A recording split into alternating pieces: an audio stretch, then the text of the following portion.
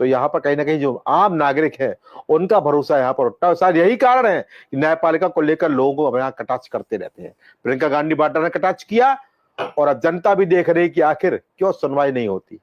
क्यों चर्चा नहीं होती, क्यों ऐसे न्यायपालिका हमारे जो स्वतः संज्ञान लेती तमाम मुद्दों पर वो अब ध्यान नहीं देती है, क्यों लोगों के साथ गलत हो रहा है, क्यों लोगों को यहाँ बरी कर दिया जाता है, और अगर बरी कर दिया जाता है तो असली गुनहगार है कौन। तो सवाल सामने है और यहाँ पर सवालों में हमारे देश का न्यायतंत्र है इसलिए भी है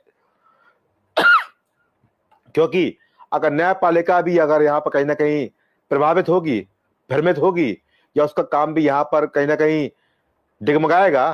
तो फिर देश के जो चार स्तंभ हैं उनमें एक का स्तंभ का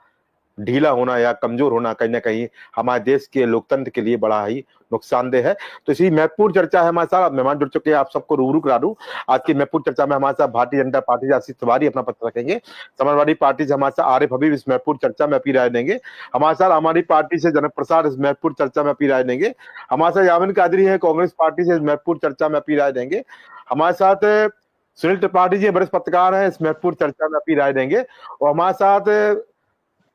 शर्मा विवेक पांडे कहने को तो प्रदेश सचिव है राष्ट्रीय लोकदल के, पर आज इस चर्चा में ये बतौर वरिष्ठ अधिवक्ता अपनी राय देंगे। आप सभी का इस महत्वपूर्ण चर्चा में बहुत बहुत स्वागत है। बच्चों की